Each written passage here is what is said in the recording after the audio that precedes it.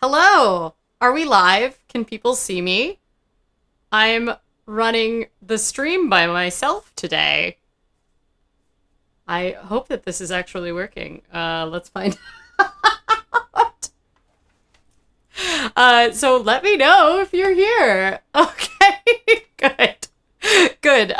This is my first time using the stream by myself because Miss Kitten had to go to the vet today, and she actually had to go to the optometrist, the cat optometrist or ophthalmologist. Hello! But Erin arrived back with the cat 1 minute ago. We actually had to transport the cat. So there's this was logistically complicated because the ophthalmologist is not a close distance, and we don't have a car, and neither of us really drive. And then with COVID, it was do we take transit plus bike the cat out there? And last week it was 100 degrees, which is not an acceptable temperature to be biking the cat in. Anyway, we had a lovely friend, Mitch, who sometimes watches these, who acted as the cat taxi.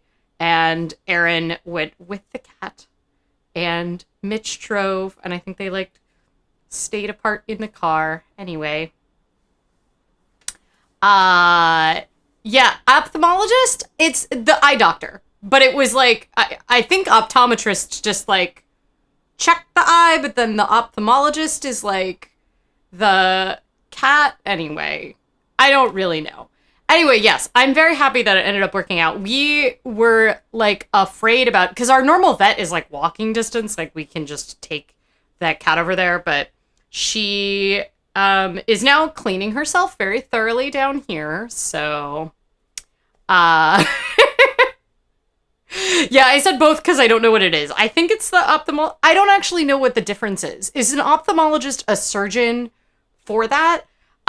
So why did she need to go to a special kitty eye doctor? So she's always had trouble with her eyes, and she got surgery a year and a half ago, because I guess some of her her eyelashes were growing on the inside of the eye, and so it was irritating her eyes, and she has kitty HPV, which I guess almost all cats have. It's if they grew up in a shelter, if they were born in a shelter, they will have it. But for most cats, it's dormant. She's always had it pretty active. When we got her, they were oh, that'll go away. We gave her a round of treatment for it, but it never really went away for her. And she's cleaning herself so thoroughly. I wish you could see this. It's full on face bath. Anyway, the surgery cleared it up in one eye, but not in the other eye. And it had been getting worse. And so we kind of asked her what we kind of asked the doctor, hey, should we bring her back? And I guess she went, and they think maybe it's an autoimmune thing or something. She seemed to have flare-ups and then not, but then it was kind of consistently flaring up. So I want to see if we can find a different solution for her. I see ophthalmologist and not optometrist anymore because I have glaucoma risk. Oh, okay. So an ophthalmologist is more of a doctor, so it's probably that. I guess. Here, let's see if I can put the chat on the... Ooh, look, I did it. I did it. I put it on the screen. Although now it looks weird. But... Haha! Look at me. I figured out how to do it. So, yes. She went to the doctor, but now she's back, so... But I need to know how to run the stream myself, because this is a very fancy setup, so... The thing that we were going to talk about today is that unlike pretty much any recession since the late 1940s, we now have a disproportionate gender impact for women in this recession. Typically, the disproportionate gender impact is on men, and due to the nature of this recession being a virus that needs to be avoided in close contact, therefore meaning the service sectors and childcare and other sectors that tend to be dominated by women, we are seeing different effects. So I'm going to talk a little bit about that and how it's different than before, and maybe like what the paths out of it are, as well as some of the, just generally like some of the stats. This also, it seems to be true in almost every country. Like I spent quite a while looking at statistics, what we have as far as like economic impacts in different countries as far as the stats that we do have around unemployment, and it seems to be very consistent across countries. So, Latitude asked, have I changed up my watch Fitbit bands to reflect my different outfit choices? It's a little dumber than that. So, this was a buy nothing. I got like a bag full of Fitbit bands, from someone on Buy Nothing, because I have like at this point like a pretty old Fitbit, so most people have like replaced it, but my whole Fitbit journey is very frustrating and watch journey. So I had like a very fancy one that I was wearing, and it had a magnetic clasp, and the magnet had fallen out twice, and I had Aaron glue it back in because I can't do tiny things like that. And it fell out again. And Aaron glued it back in, but he was very tired when he did that, and he glued it in the opposite way. So now the magnetic clasp does the opposite. It refuses to hold because it has like the polar opposite. So it is all of your fault. Okay, it's a combination of two different things. It's Aaron's fault for sewing it, or gluing it literally the opposite way that it should be.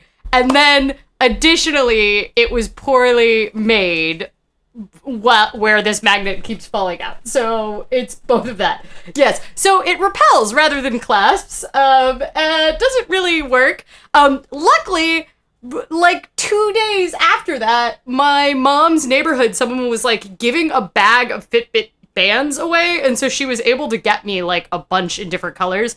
This actually matched the outfit I was wearing like an hour ago, and then I changed clothes and it doesn't match anymore, but you know. I will say that it had been very frustrating to run in essentially what was an extremely fancy bracelet, and so this is like more suitable for sports, but it isn't as cute. I was continuing to wear it in the bracelet even with the magnetic clasp like opening because I had just used a hairband to, like, keep it closed. I told Aaron to not work on it late, but he wanted to, like, just get it done. So, Joanna said, stupid YouTube didn't tell me. It's probably not YouTube's fault. So, what happened was that, you know, normally we do the streams early. We, like, set up the streams, like, a couple days in advance. So, like, YouTube will notify you and you can, like, get reminded. And in the attempt to show me how to run the stream, I set us live on air. And so there was, like, a picture of me in my curlers. And, like, there's some video footage of just me just like testing things out because I accidentally set it to on air. And there's no real way to do that. There would have been like a 5-hour gap because we were doing that at like noon in like that where it was just live with a blank screen. So I had to make a second one, kill the old one. That's why YouTube didn't let you know. It's my fault. Although I will say Aaron didn't tell me not to hit the go live button when he told me to press all the things. What the lesson today is that since I'm running the stream by myself, we blame everything on Aaron. Fitbit clasps, etc. Dora, would you like to come join?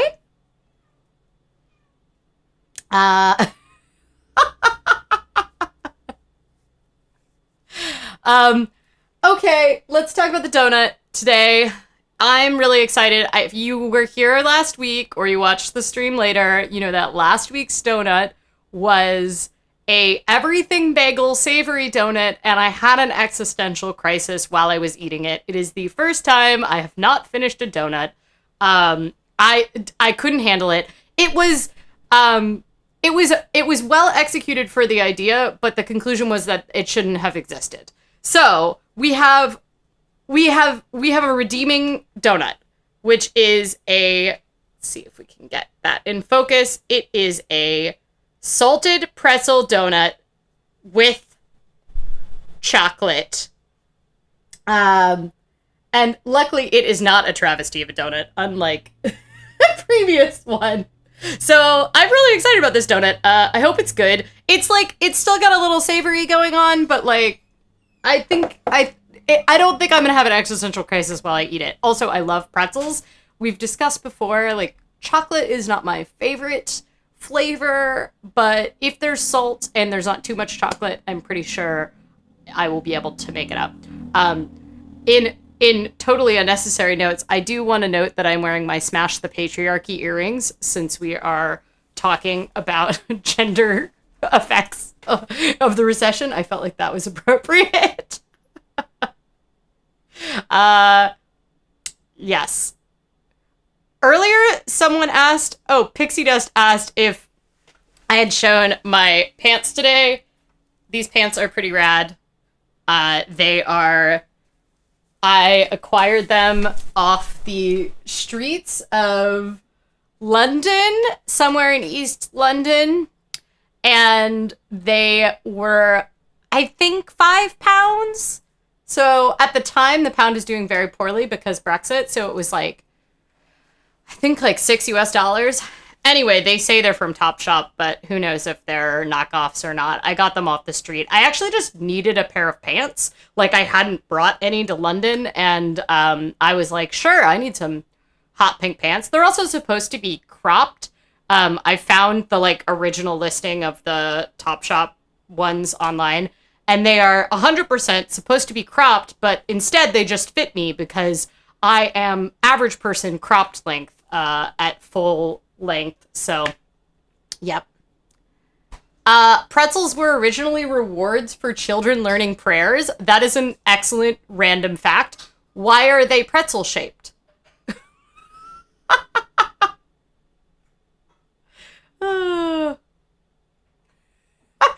Okay, Rural says that chocolate is not a flavor, it's a lifestyle.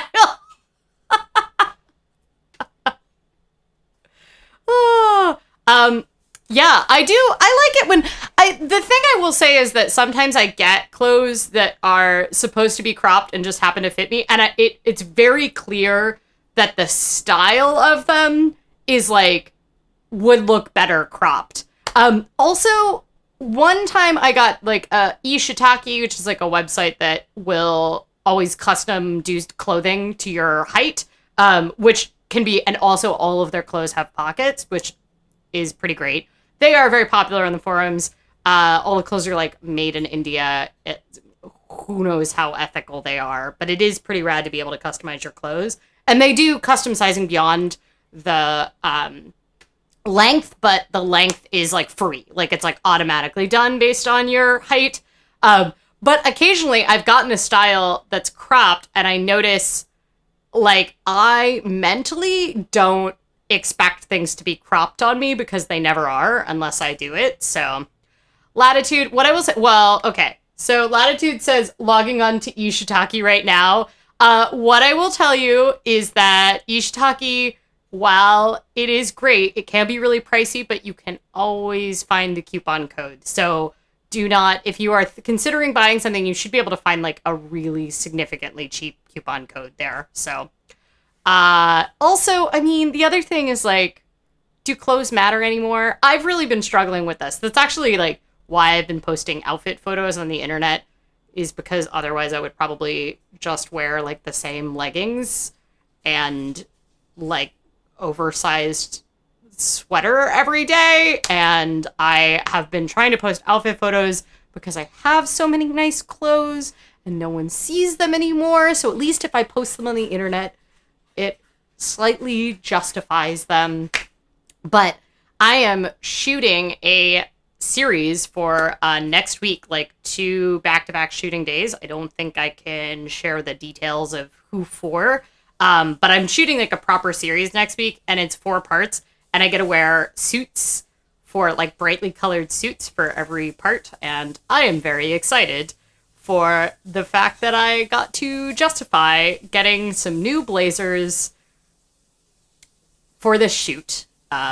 So I'm very excited about it. It's also like, I haven't worked on a corporate budget like this for a video series before, and they just like bought props to put in the background and things like that. Things that I just wouldn't do.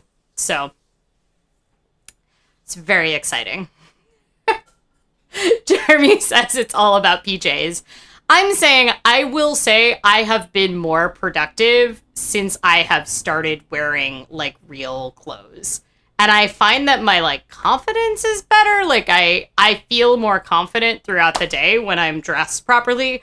That being said, there are definitely some things in my closet that like just don't make it they don't make it to the desk during the week, because there are like, I have like tailored wool twin sets, for example. Like, love them, got them for $5 at an estate sale. They were clearly tailored for someone who was almost exactly my proportions. Great. Nobody wants to wear a wool twin set at their desk all day for a 2-second photo that they take. So, yeah. Rural says department stores always used to do alterations, hems in particular, for free. Yeah, that was like, as much as I have such deep issues with the name Banana Republic. Like, I have deep issues with it, and I don't understand why it's acceptable to name a department store Banana Republic. But they would do alterations for free. Like, they still would do alterations for free. That being said, I buy almost no clothing new, so when I get stuff, it's usually secondhand. I also know how to hem pants, so I have a sewing machine. I know how to sew full garments. I'm not a great seamstress, but I'm decent enough. I used to sew historical costumes for myself before both my hands and my schedule did not allow for that hobby anymore. So I don't let the alterations be the barrier, but I will say sometimes I get stuff and I'm like, know exactly what I need to do to it, and it would take me like 20 minutes maybe to do the alteration, and yet I will wear it for years without hemming it. The thing that I wish I was better at is I'm not great at letting things in and taking things out, even though it's like a relatively simple alteration. Like, really fitted, tailored stuff, I am very bad at, like, letting things out on the seam allowance, which probably speaks to the fact that I usually use the largest seam allowance possible when I sew myself, because I screw things up all the time. So, yeah. Rural says, my grandmother worked her whole life in a big store's alteration department. Yeah, I have a friend who, like, runs a seamstress business, and that was always, like, her, like, kind of steady income, was that she was a contractor for a department store, but RIP department stores. So, and I honestly, I don't think even like the few department stores that are still around, I mean, a ton of them just filed for bankruptcy in the past couple months, but I don't think that even those, like, I don't think they do free alterations anymore. I think they charge money. We're gonna just ignore while I attach this in so that I stop doing that.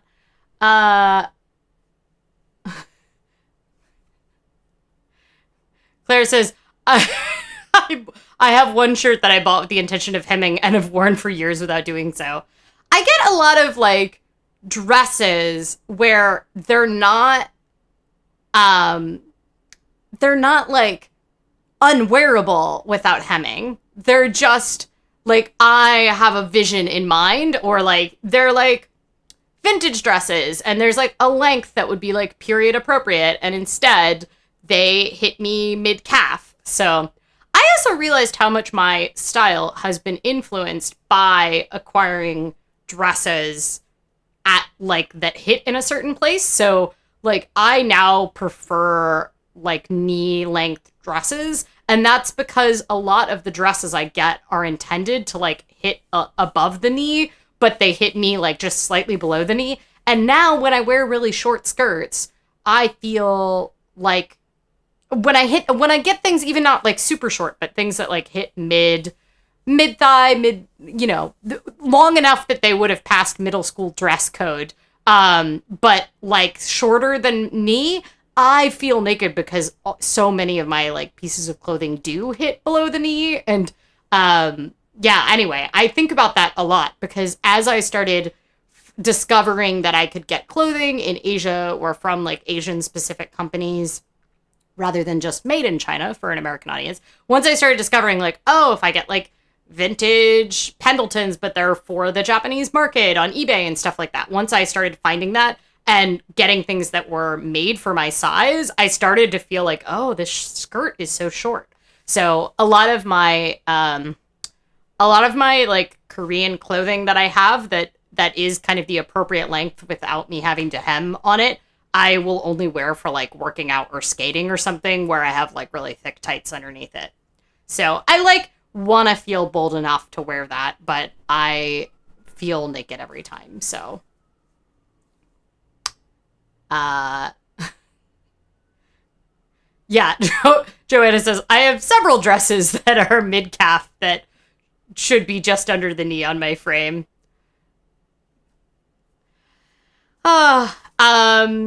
Should we talk about the topic for the day?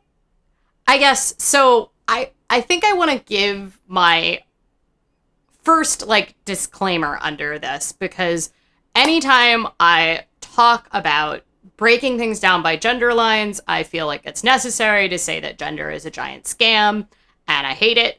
And it's a prism that we are all stuck in, and there are a bunch of reasons to be critical of using gender as the denominator by which we, like, divide the economy or employment stats or education stats. That being said, systemic racism and systemic sexism are institutions, and they are institutions that influence the way that we live. And when we talk about gender and when we talk about things disproportionately impacting women, I think it's really important to remember that trans women feel these effects twice or 3 times as much as cis women. And it is really important to acknowledge that trans people, before the recession, had an unemployment rate twice the rate of their cis peers.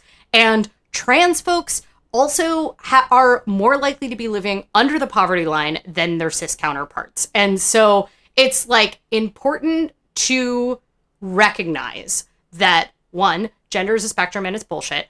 And 2, the fact that like we are still all living the systemic effects of gender discrimination. And gender discrimination can be overt, just like racism can be overt, just like homophobia can be overt.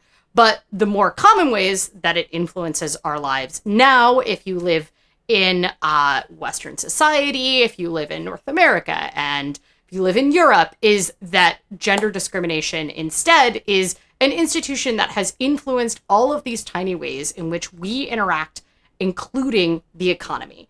And that contributes to the fact that this particular recession is being felt more by women. And it's totally different than every other recession that we've had since World War II. And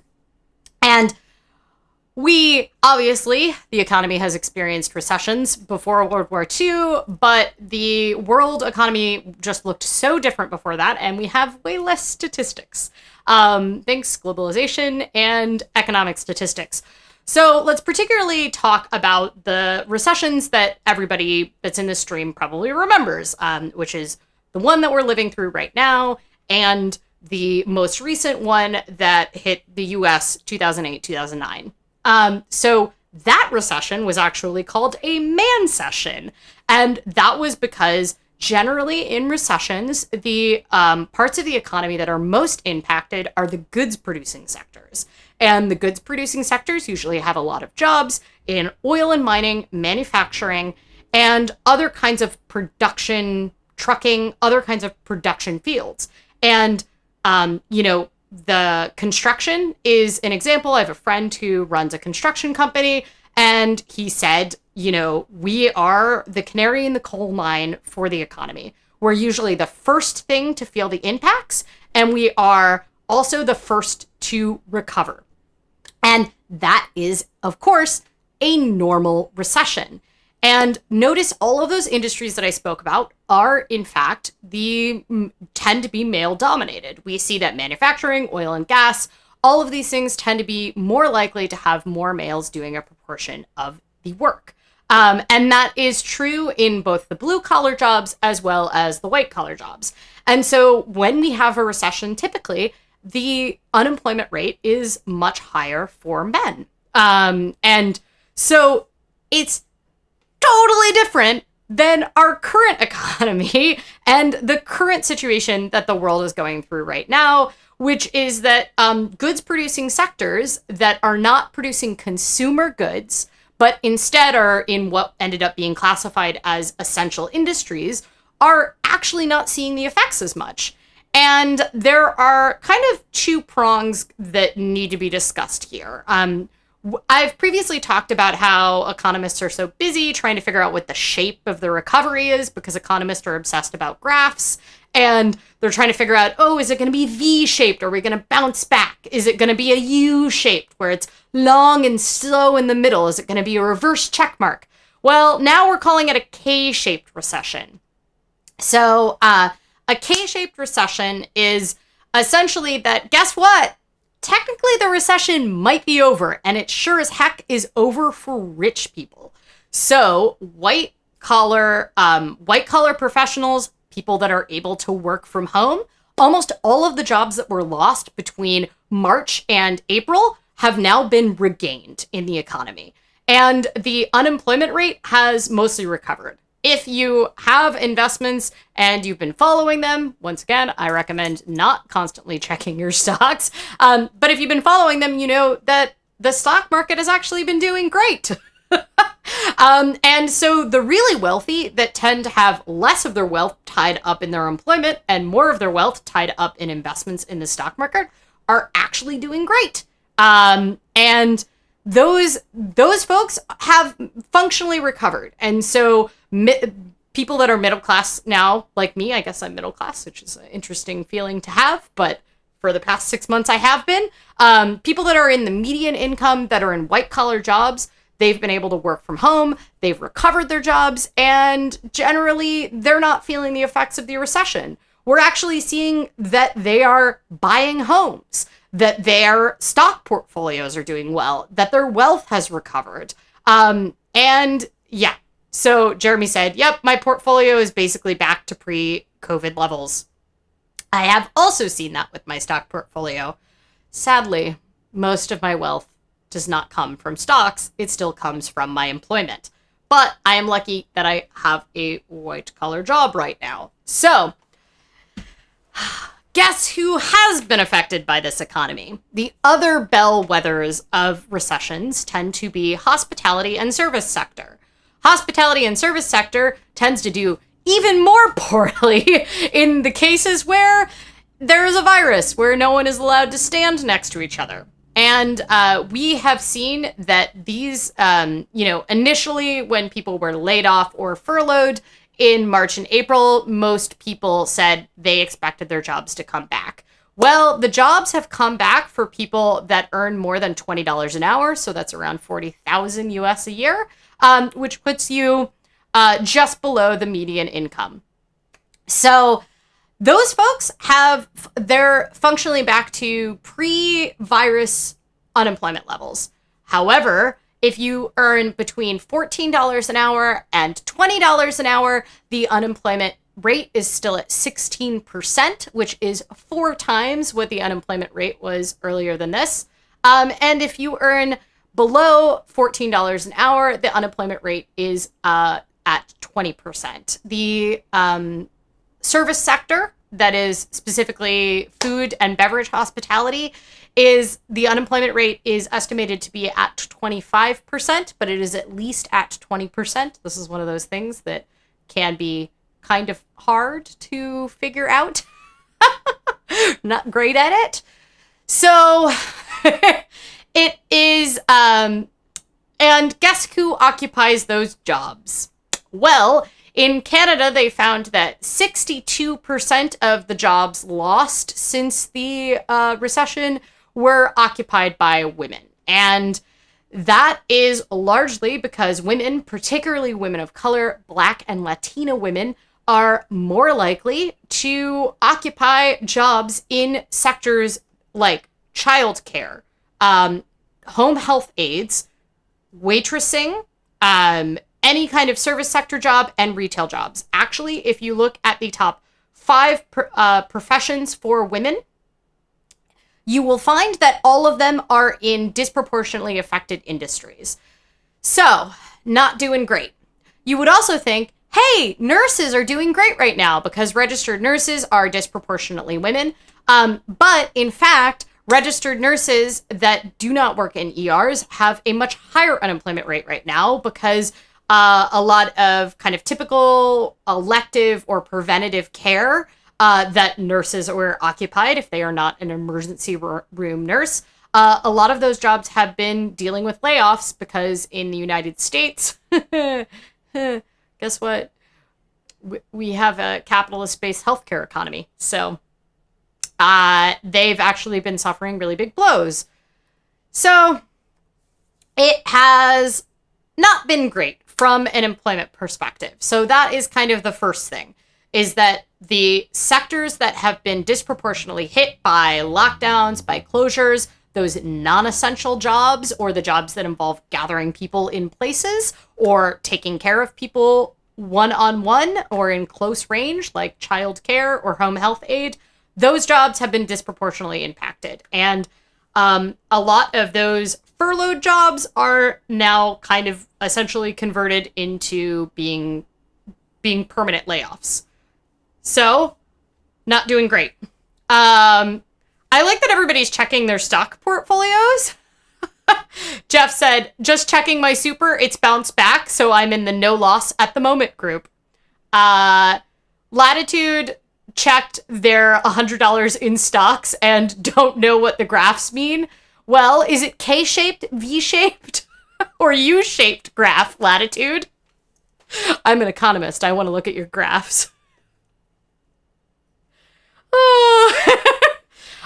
Jeremy says, Vanguard's all like, what's the spike in traffic? I like the idea that you think my live streams, typically attended between 30 and 80 people, would cause any kind of spike in Vanguard's traffic. But if it does, Vanguard, I would like a sponsorship.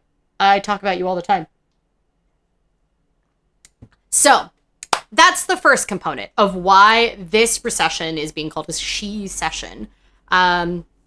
Pronouns, we love them as long as, it's not trans women telling us their pronouns. Anyway, sorry, I'm having feelings about pronouns lately. The internet's been really tough for folks that are active in trans activism lately.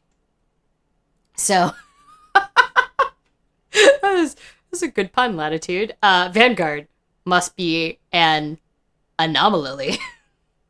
I appreciate this pun. Okay, so 2 things. 1, for everyone, regardless of where they fall on the gender spectrum, if you are working class, this recession sucks for you. If you are rich, you're doing fine. Now, 2. The other reason, and one of the big reasons why this is affecting women that are even in white-collar professions, is childcare. So, schools are closed.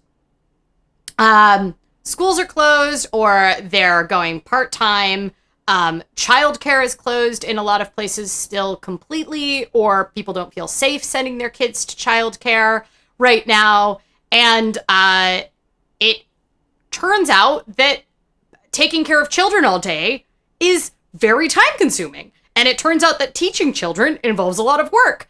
So what we are seeing is that women have always borne a disproportionate amount of unpaid domestic labor. This is true whether or not you have children. In cis households, the women tend to do more domestic chores, usually between 4 and 7 hours more per week. We also see that among women in cis households, that these women, even if they work less paid hours, they actually work an equal amount of hours when you add together the unpaid domestic hours as well as the paid hours. That's actually one of the big drivers of the wage gap. No, the wage gap isn't just as simple as women getting paid less for the same work. It is, in fact, also a myriad of things. One of the big things is that women are more likely to take time off from work to take care of children. And now, guess what's happening? Women are in industries that are more likely to have layoffs and furloughs, and suddenly they are now bearing the burden of responsibility for children at home that need to do school remotely, or they're too young for school, and so they're constantly interrupting meetings. And we are seeing people leave their jobs because of childcare responsibilities. If you have multiple children and you've been trying to do your job from home all along, or you have a job that maybe doesn't pay super well and it is looking like they're going to lay you off anyway, and trying to manage your household without access to childcare and school right now is too much, what we are seeing is that guess who's leaving their jobs based on childcare responsibilities? It's women, disproportionately women. It's not even a measurable amount of men that are leaving their jobs for childcare. So yes,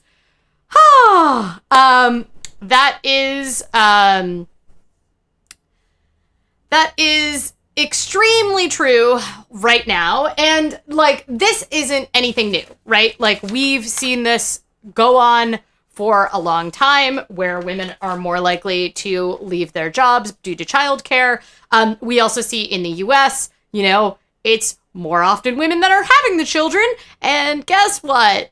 Having children is a traumatic medical experience. And in the United States, we do not have guaranteed parental leave.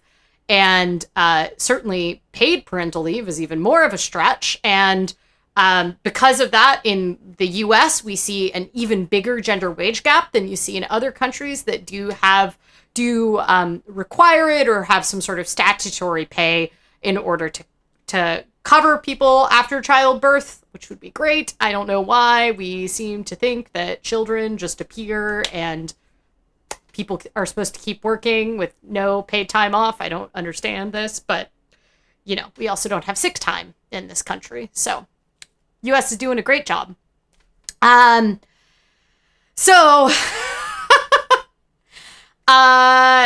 This is extremely, this is the biggest driver of why this is a she-cession. So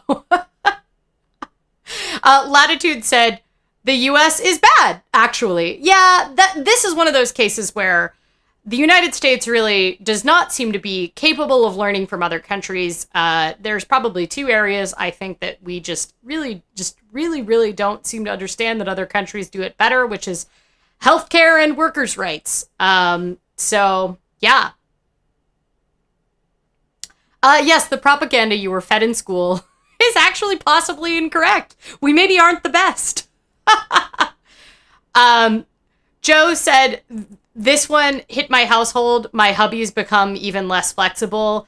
Yeah, I mean, this has been one of the really big things. And even in households where you are looking at, trying to find a way to better balance the two things, what a lot of people find is that their kids still consider the woman the default parent. And that ends up happening for a lot of folks I know. And this even happens in couples that are both women. So I have two friends where they are both women, and one of them is a trans woman, and their kid is, in addition to the fact that they are experiencing a lack of childcare and everything, their kid had a bunch of health concerns come up this year.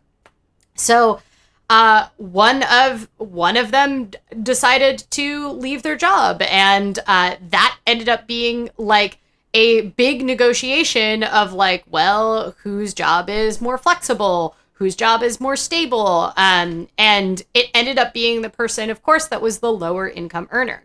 And traditionally in households that are cishet, the lower income earner, we see this across the board. The lower income earner is more likely to be the woman. So, yes, gender is a scam, and this is all bad. So I guess kind of one of the questions is like, is this only fair? Right? If all the previous recessions have disproportionately impacted men, is it fair to have this recession disproportionately impact women? And, you know, the Hufflepuff in me always wants to ask, is this fair?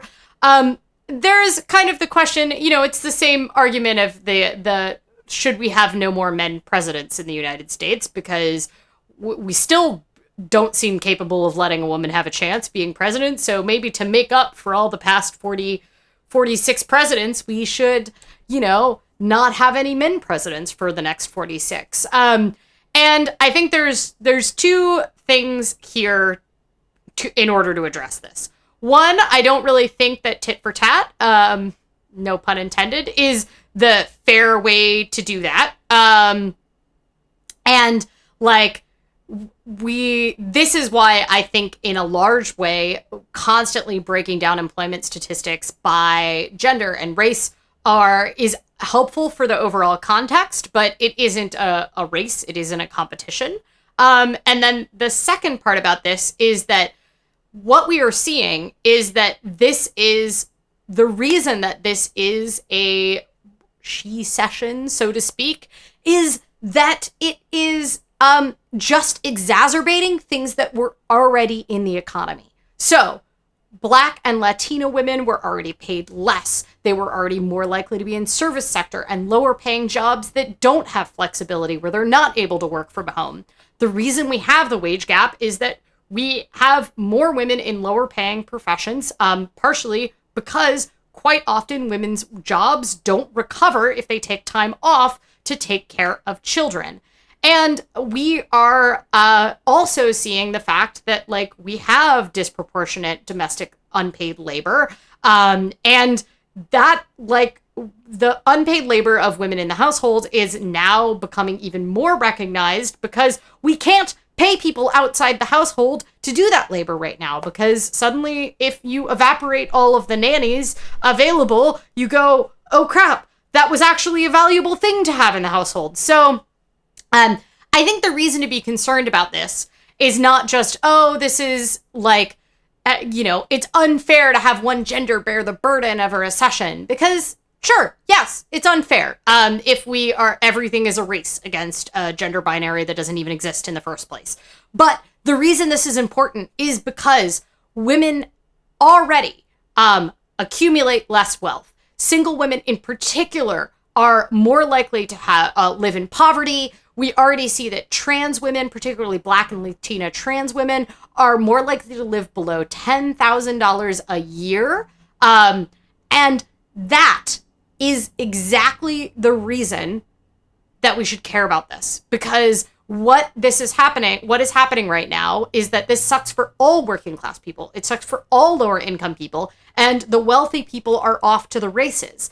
And because it's more likely that women, particularly single women, particularly trans women, particularly Black and Latino women, are more likely to be part of the working class, we are seeing the effects on them disproportionately. So if you only want to care about class politics and you don't want to deal with the gender side of things, you should still care about the fact that this is disproportionately affecting women, because women are more likely to be in the working class. And so I think that's one of the reasons why it's like important things to think about that. Yes. I like how Claire said the exact thing that I was getting to. It's not fair because women have been disproportionately affected by the economy all along. Exactly. So it's widening the gap. We're putting the at-risk even further at risk, as Joe said. So that is why we should care. I feel like it's time to eat a donut. I also have no idea what time it is. What time is it? My watch is dead. All right. Should we eat the donut now? Is it donut time? The donut, the pretzel in the middle, represents what's going on with the economy somehow. Salted pretzel donut. We're going for it. All right. It seems to be like a regular donut here, and then the glaze is... I don't know. We'll find out. Okay. Actually, I would like to know, how do people think I should eat the pretzel on the top? There is discussion. Should I try to go for a big chomp? Should I have, like... Should I eat the edge, and then I, like, take the pretzel off and, like, sprinkle it around? What do we think? I'll do one bite without the pretzel. Oh my god. This is really good. Okay, so it's like fluffy inside. Mm-hmm.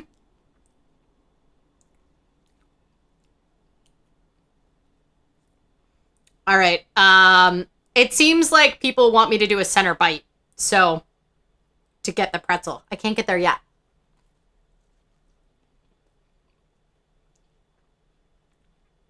This is great. I can't really tell what the glaze is. I think it's like a salt glaze with chocolate. I will say, for the chocolate lovers, it's not that chocolatey. I am enjoying it, so it means it's not overly chocolatey. Mmm. Oh, I really got the salt on the pretzel, and it's so good. It's so good. Yes. Mm-hmm. I support this. I feel like the sprinkle's not gonna work, but I'm gonna, like, pepper it along the top. In, like, tiny pieces. Mm-hmm. All of the memories of last week's donut are being overwritten by this delicious donut. It's like, what I like about it is that it's glazed, but it's not like super crazy thick. It's like a nice, yeah, it's just a nice donut. It's not too much going on.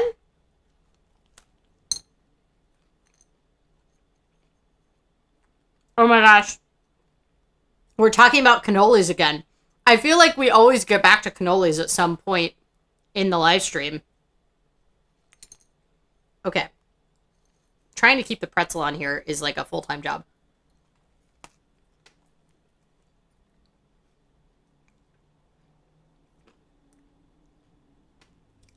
I support this. I also did not get a napkin.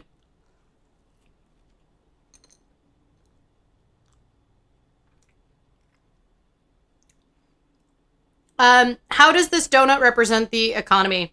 I'm eating it.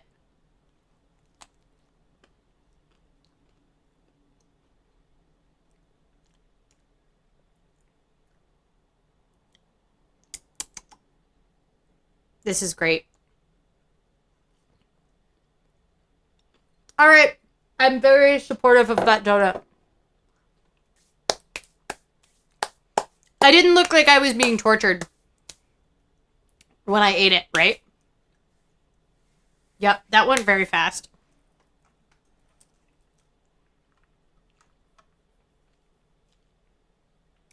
It's because it was a really good donut, Joe. It was just a delicious donut. I had to keep eating it.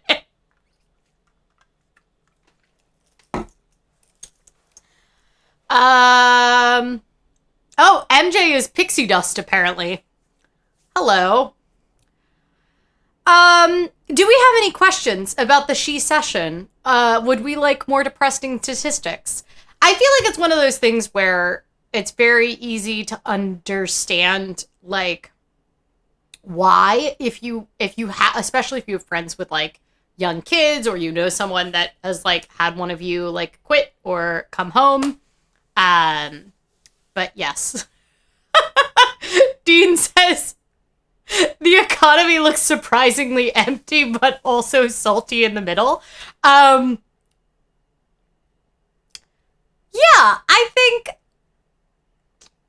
kind of empty in the middle. I don't know. The middle represents the like working class, and the outside is all of the rich, and the rich are propping up all of the stocks. I'm really trying to make this donut work.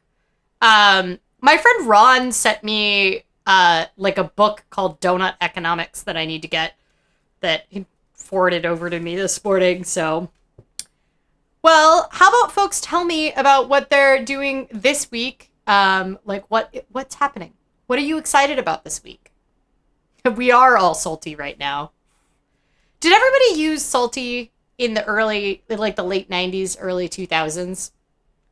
Because salty was like a really common slang where I'm from, and it means like it's your fault, like my bad, you're salty. And it appears to not be a universal thing. And the kids that thought we were really clever, in that obviously we're not that clever, but we were in like the talented and gifted class, we used to say that we were feeling brackish in order to feel cooler. So Latitude is trying to make me feel old by saying that they were not alive in the early 90s, which is great. Thanks a lot. Claire definitely used salty that way. I guess I should probably ask what region people grew up in, but maybe that's too revealing for folks. So, Jeremy says that he is going to be eating a whole lot of ice cream and other soft foods this week because I'm having my tonsils removed. Oh, so you represent the part of the economy that was like waiting for elective medical procedures. It's coming back online. Good luck. I don't totally understand like why tonsils are removed. I guess they get are they like wisdom teeth where they like get infected and so you have to take them out? Anyway, wishing you much luck, and I hope you get to enjoy a lot of ice cream. You're in Portland, I believe, and in Portland, Doe Donuts has a bunch of very interesting, fun vegan ice cream flavors, and they just got a bunch of like new flavors, like kind of like tropical fruits imported to make stuff there. So Joshua has never used salty in this sense. So does it have a biblical like origin, do you think? I heard it was originally a surfer slang, but I have no idea why it would have hit Cincinnati, Ohio, where I grew up. But but maybe it has like biblical origins, right? Because like looking back at the salt, right? Everything turned to salt when you looked back. Lot. I'm good at Bibling. Super good at Bibling. I didn't grow up Christian, so it's not my fault that I don't know. I had to read it in college. I had to read the Old Testament in college, and that's a wild book. Latitude is buying a new desk lamp. I love that, like, this is just an update of things that you are either buying as a reward for finishing last semester, and now you're starting a new semester, so it's time for new things. Also, tidying up your desk is very satisfying. I totally recommend that.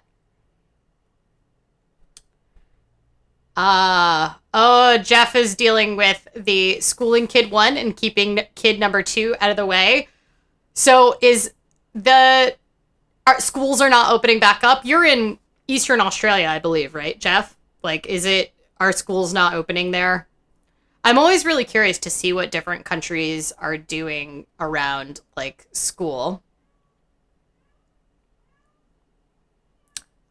Jeremy is getting tonsils out due to sleep apnea. Ooh. That's exciting. I didn't know, do tonsils get really big from sleep apnea because you're like, your mouth is open? I would love to know what it's going. Joanna says that salty language equals swearing like a sailor. Yeah, that's also true, but the slang use that I'm doing is not that I'm used to. Surfer slang in Cincinnati is probably because of that one rollerblading movie from the early 90s. Yeah, I have no idea. I've heard in Philly it was also used that way, and like Philly isn't that far, so. What is stage 4 lockdown, Jeff? Because stage 4 here is stage 4 in the US means, well, phase 4 is like pretty much reopen again because it like goes the opposite way. So what is stage 4 lockdown? I know that like Melbourne had like a huge spike, which is where Victoria is. So yeah. Whoa, big tonsils cause sleep apnea. Is that because they like block your throat? I hope it works. No school for our term 3, July through to September. Term 3, okay. Yeah, what does your school year run through there? When does it start in Australia? Because everything's upside down there. Oh. Your tonsils are the normal size for you. They just happen to be huge relative to normal. I mean, that seems fair. Oh. Oh, wow. Like, super lockdown. Can't be more than 5 kilometers from home and not more than 1 hour once a day. So, like, the UK style lockdown. Yeah, we didn't really do that here. You know, they told us not to leave, but there was no real enforcement, and yeah. Joe says to say Melbourne again. Yes, I say it the Australian way. I was schooled many years ago by, I used to be a cook for conferences, and I worked at this permaculture retreat, which permaculture courses are usually 2 weeks long. And I worked in the kitchen, like it was taught by an Australian instructor, and I worked in the kitchen with 2 Australians from Melbourne, and they schooled me, and now that's how I say it. And there has been some disagreement about whether or not in an American accent I should pronounce it in the Australian way. As you noticed, I can't pronounce anything else in the Australian way. I was very confused about how to say Straya. So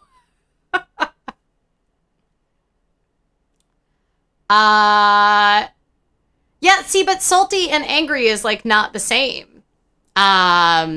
So but what about salty, like you're salty as a slang?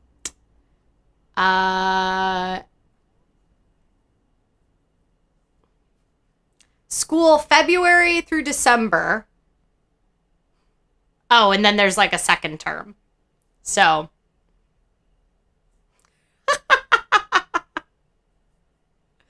Also, we have to wear a mask everywhere. Yeah, I mean, we're supposed to wear a mask everywhere here, but it's not really happening.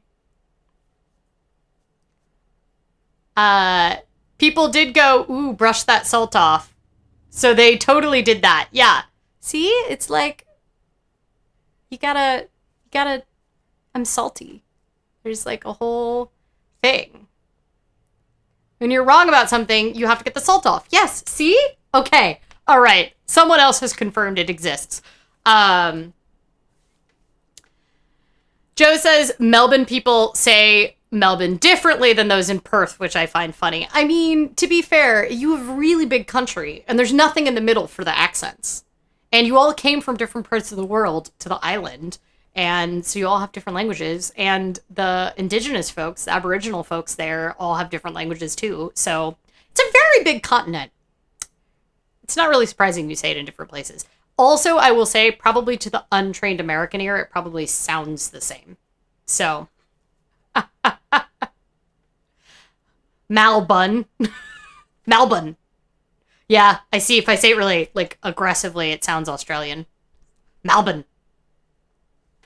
I love the Australian accent. It's, like, my favorite.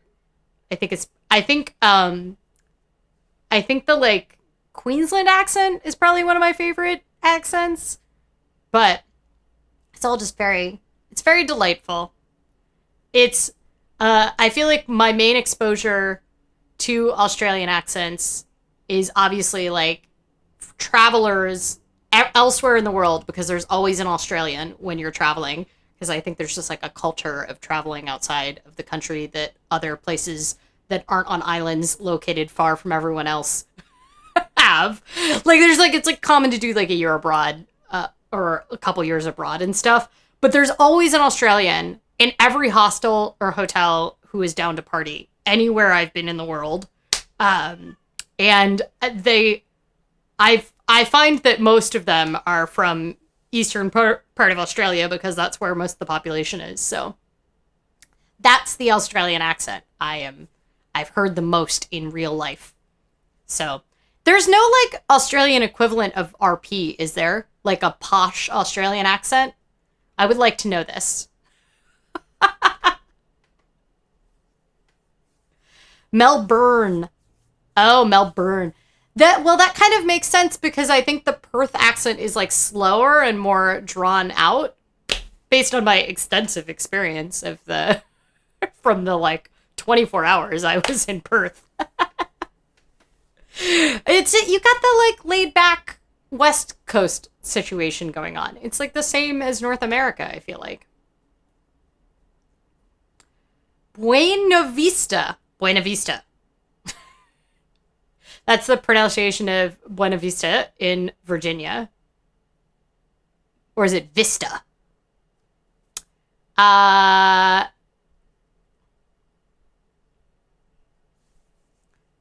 Vista. Okay. Trying to pronounce things with people's random pronunciations is very funny. I still want to know the answer if there's like an equivalent to RP in Australia. So let me know. Jeremy says, I'm partial to the Kiwi accent because I spent 3 months there, so I'm biased. That, like, the Kiwi accent is fabulous, but it's like too relaxed for me. But it is a really delightful accent. There's just, like, less people in the world that have it, so. Accents are fun and so much nicer to talk about than anything else in the world. Yes, this is true. Pixie Dust asks RP. Recessed pronunciation. It's the posh accent in the UK, otherwise known as BBC English. So it's like the very posh British accent, but you know, like for such a tiny island, they have so many accents in the UK. Well, in Great Britain alone, they have like so many accents, and RP is like kind of known as the Queen's English, although the Queen technically has like a slightly different accent than RP, but the BBC English is different. But it sounds like there's no like special Australian accent.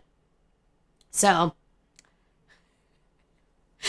wow, there is like a very like, it's very important that we establish what the school year is in Australia, apparently.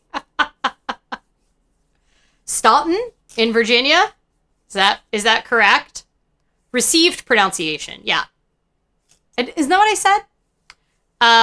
Cockney slang. Yeah, Cockney is kind of a dying, unfortunately, kind of a dying accent because of the expansion and London-centric kind of, like, spread. Yeah, see, I'm not good at Virginia accents because I'm from the other part of Ohio. I'm from the other side. So, Dean says the BBC used to have a manual for its presenters, which was on RP. Yeah, the BBC only recently has started to realize that maybe, like, forcing everybody to be in one posh accent is kind of suppressing the fact that, you know, it's like forcing London-centricness, even though RP was not originally a London accent. It was originally a Midlands accent back when that was the rich and like richest and biggest economic boom, and then when all the wealth moved to London in like the 1400s, then RP became kind of like a London accent, and then it became from like a southern UK accent. Anyway, they've started to do more regional accents on presentations, so yeah, they don't have the same manual there. Joe is leaving. Bye. Enjoy yourself. Now the BBC allow regionals, which is folk from all over. Yeah. Yeah. The BBC now is like more flexible on having regional pronunciation.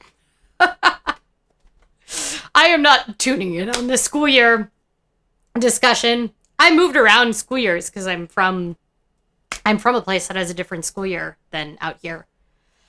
All right. Well, I heard a little bit about what you all are doing this week. Apparently I have a dry cough from having so much of that donut. And I will... Please excuse this random cough. All right. Well, I will see you all next week. Not sure what we're going to discuss. Meanwhile, tune into the podcast this week. I wrote it in my head while I was running, but I haven't actually recorded it yet, so it will be out soon-ish. And have a delightful Saturday night or Sunday morning, wherever you are in the world. And make sure to wash your hands and wear a mask when you're outside, and pet a cat if you have one available. And have a lovely week. Thank you all for spending a little time with me this Saturday. And stay safe out there. Bye.